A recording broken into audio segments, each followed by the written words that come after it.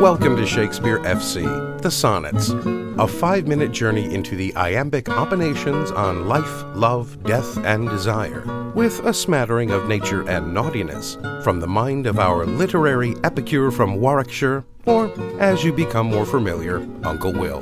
I'm your host, Kari Marshall.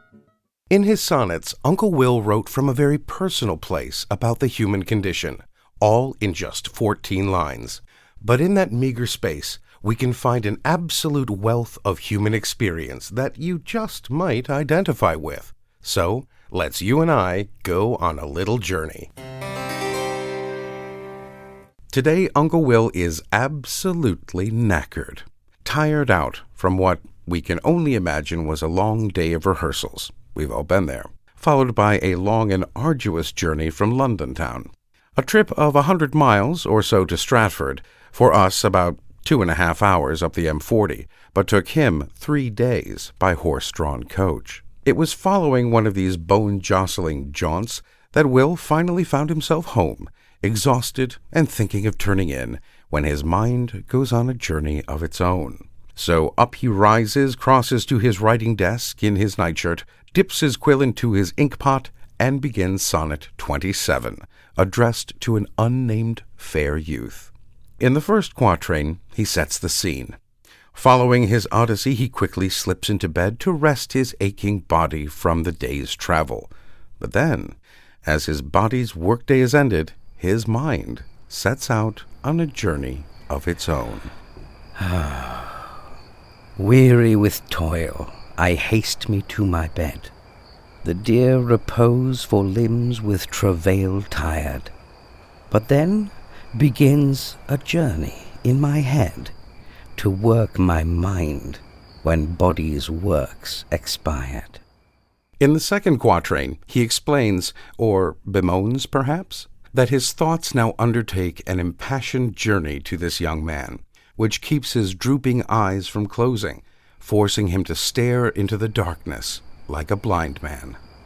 For then my thoughts, far from where I abide, intend a zealous pilgrimage to thee, and keep my drooping eyelids open wide, looking on darkness which the blind do see.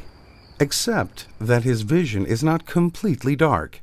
In the third quatrain, he says that his image seems to hang before Uncle Will, like a jewel, making the old and ancient face of night young and beautiful. Save that my soul's imaginary sight presents thy shadow to my sightless view, which, like a jewel hung in ghastly night, makes black night beauteous and her old face new. In the final couplet, he comes back to his sense of frustration and says, "Look now, because of you, my body by day and now my mind at night can find absolutely no rest at all. Lo, thus by day my limbs, by night my mind, for thee and for myself, no quiet find."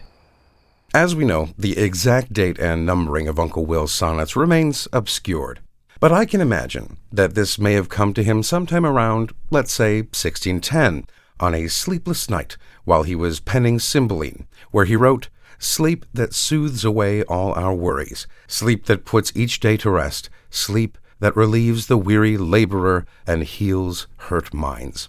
It's also, incidentally, the play where Uncle Will coined the phrase, "not slept one wink." And when his mind wanders to his youthful friend, and his quill dips and remains in the inkpot of procrastination in the middle of Act 5, he may have just written, "He that sleeps feels not the toothache," or in this case, the heartache.